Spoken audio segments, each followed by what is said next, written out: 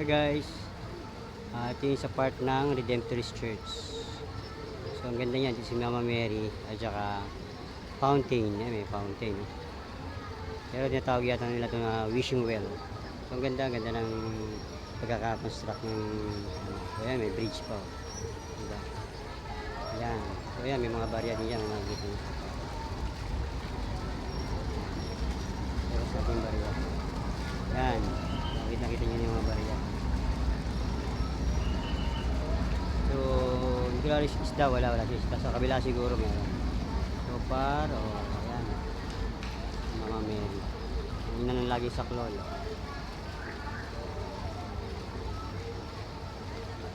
Mga hand, sabihin yan, mga helping hands.